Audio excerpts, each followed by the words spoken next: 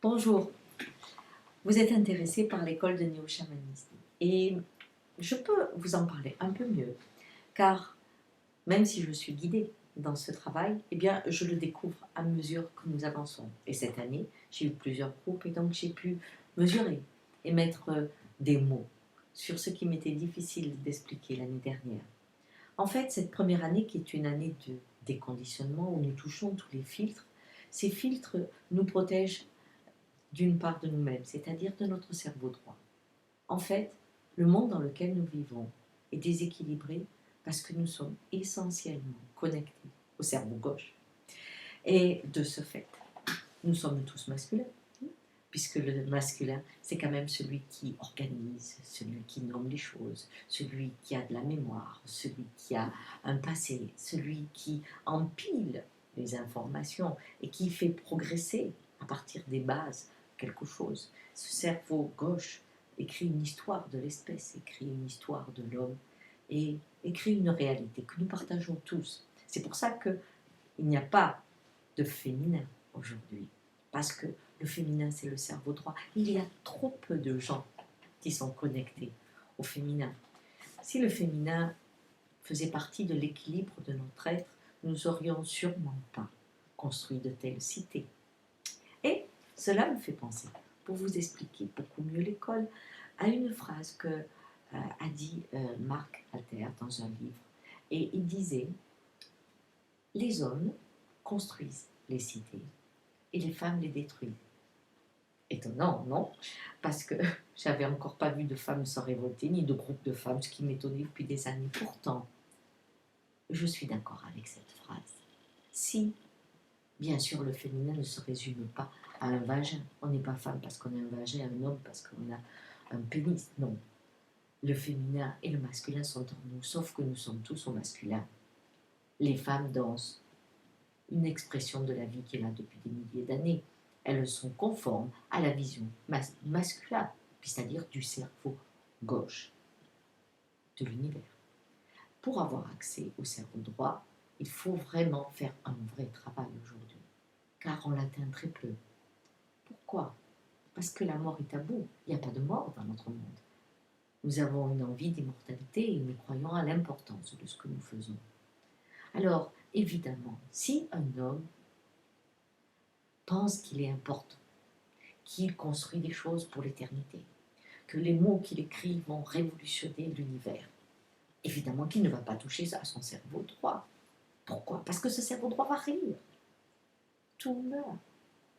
Le propre de la vie, c'est l'éphémère. Et la terre mourra, tout mourra et renaîtra.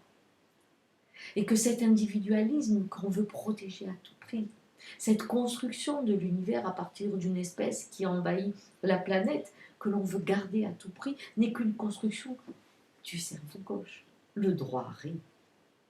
Et quel intérêt de toucher ce droit alors? Bien parce que c'est celui qui permet au vent de porter la feuille. Et la feuille n'a pas peur. C'est celui qui permet aux hommes de marcher vers la mort sans peur, car ils savent que ce n'est qu'une danse de la vie. Le cerveau droit, c'est celui qui jouit de l'instant, et sait que cet instant ne reviendra plus, et jouit de cela aussi. Alors quand on accède à ce cerveau droit, évidemment, on est en train de toucher à autre chose, une autre métaphore, à la corrida. Peut-être que la rencontre avec notre état, comme l'état du taureau, eh bien, est insupportable à l'homme depuis des milliers d'années. Que cette vulnérabilité n'est pas acceptable. En effet, à la corrida, qu'est-ce qu'on voit?